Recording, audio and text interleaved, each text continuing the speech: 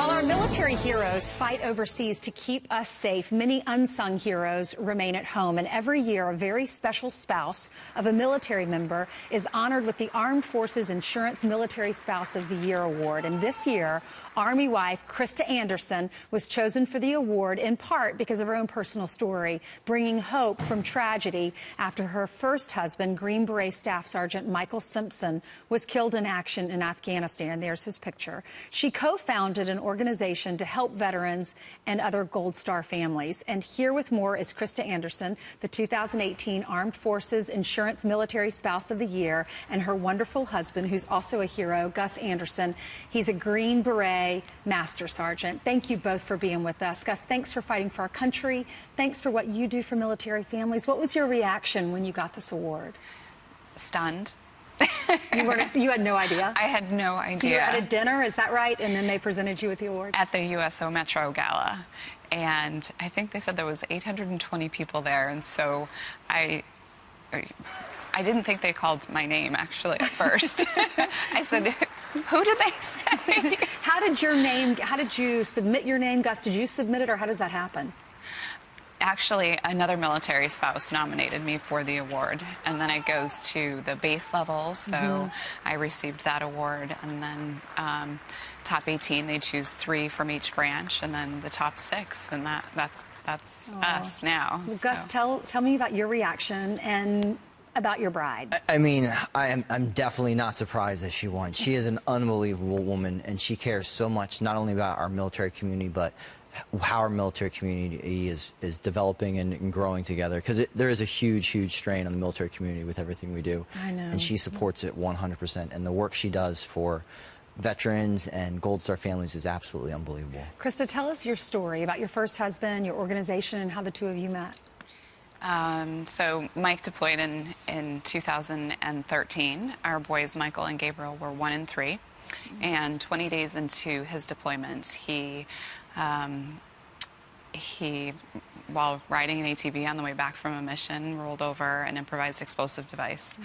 But he lived. He lived for 5 days. I mean, the team worked tirelessly to keep him alive. Did they bring him back to the U.S.? They brought him to Germany, actually, to Landstuhl Army Medical Center, and that's where myself and his parents and siblings went to see him. And he donated his organs and saved three men's lives as well. And Gus was actually a friend of his and on his team. And I met them all 6 months later because they were so short into their deployment. And so as they returned, that's when I met him. And then during that time, during the first 6 months, the military community, nonprofit, USO Metro, Green Beret Foundation, Special Ops Warriors Foundation, all of these organizations just really, they showed up, and supported our family. And so I needed a way to give back to them. I was so grateful.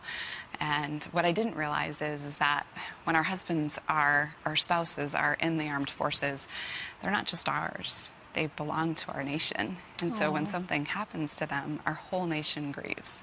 And so they want to help. It's true. And so that's what we do. So tell us about your organization. The Unquiet Professional provides healthy and empowering opportunities for Gold Star families and veterans, really to try to help heal the wounds brought on by war. And I love to be able to connect with these families and show them that tragedy does not have to dictate the rest of their life, that their stories are not over. You know what I love about your story? You're raising Michael's sons, your stepsons now, and you get to tell them about their dad and the hero that he was. And y'all get to share stories. It's not like you can't talk about your ex-husband because it might make him upset. Y'all share that and you grieve together. I think it takes an incredible and extraordinary man to honor and support wholeheartedly the mission of, the legacy of another, and he does that every day. Gus does How long have y'all been day. married? Over a year. Okay, no children yet? No children. No. So Gus, was it love at first sight? I think Krista decided that I told him we were going to get married. It was my idea. Tell me that story. What happened? A woman, a stronger woman. Well, you know, if it wasn't Gus, it wouldn't have been anyone, I think. And like you said, I mean, we call them daddy stories, and so he can tell those daddy stories. Not all of them are appropriate just yet, but and how are the boys doing? they're fantastic. They are fantastic. Great. Our community is so supportive, and they're just two godly little they're boys. godly little boys. Isn't it amazing being a parent? Happy Mother's Day. Thank you. You're welcome. It's such a gift. Well, I'm so glad y'all found each other. God bless you, and thank you for serving our country. Thank you. You're welcome.